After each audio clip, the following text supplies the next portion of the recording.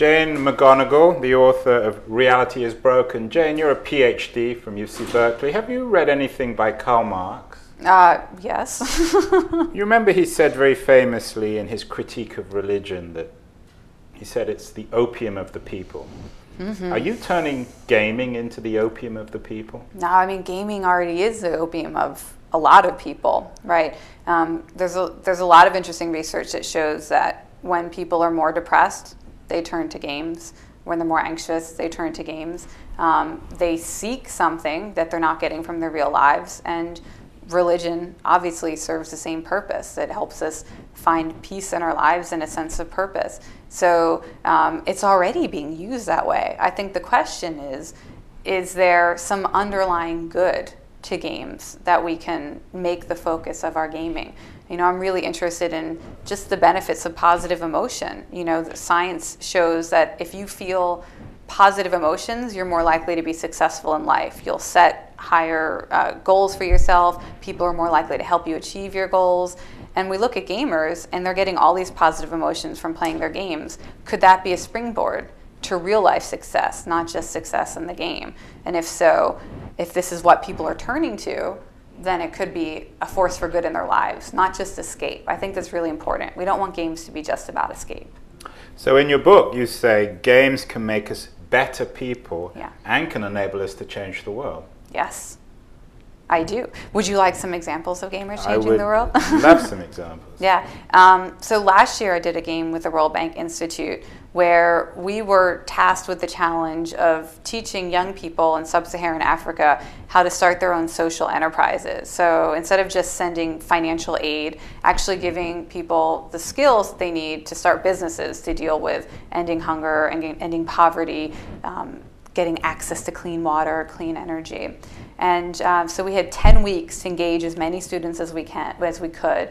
We wound up engaging just under 20,000 from over 130 countries. It turned out that it's not just young people in sub-Saharan Africa who want to know how to start their own businesses to save the world. We had players from all over the world. And out of that 10-week game, so it was just 10 weeks, very small budget game, we had more than 50 new social enterprises founded, new companies that were funded on global giving, were matched with mentors, successful mentors from Harvard, from Stanford, and are actually now operational. People are running these. One example, a project called Libraries Across Africa. They want to invent the McDonald's of libraries. What if libraries were franchises that you could make money off of by running a local library, selling Wi-Fi or cell phone access or snacks along the side of providing this free service for a community? They have their first pilot up and running in Gabon. Now, this is something that came out of a 10-week online game. These are real results, you know. It's not 13 million people playing World of Warcraft or 90 million people playing Farmville yet, but at the end of the day, 50 real social enterprises in the developing world is a non-trivial result.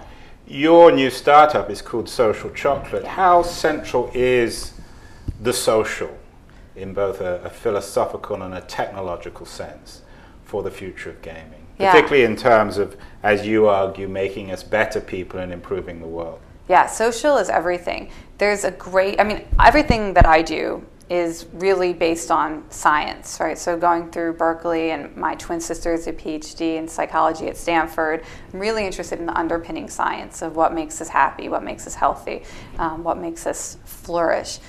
So increasingly, we're finding out that social relationships are the most important thing to achieving a meaningful and healthy life.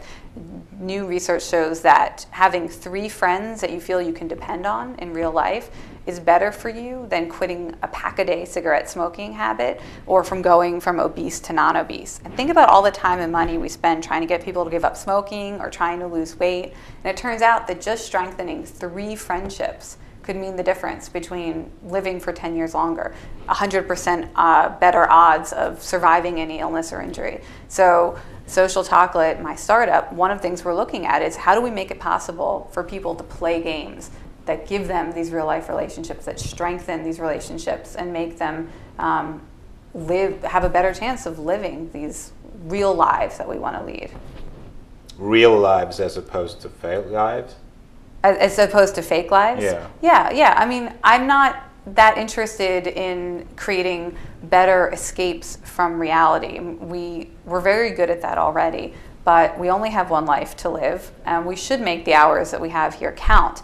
I think we can spend a lot of hours playing games for our positive emotions, and but not every hour, right? We need the games to connect us to things that matter in real life, to our neighborhoods, to our families, to our real life goals.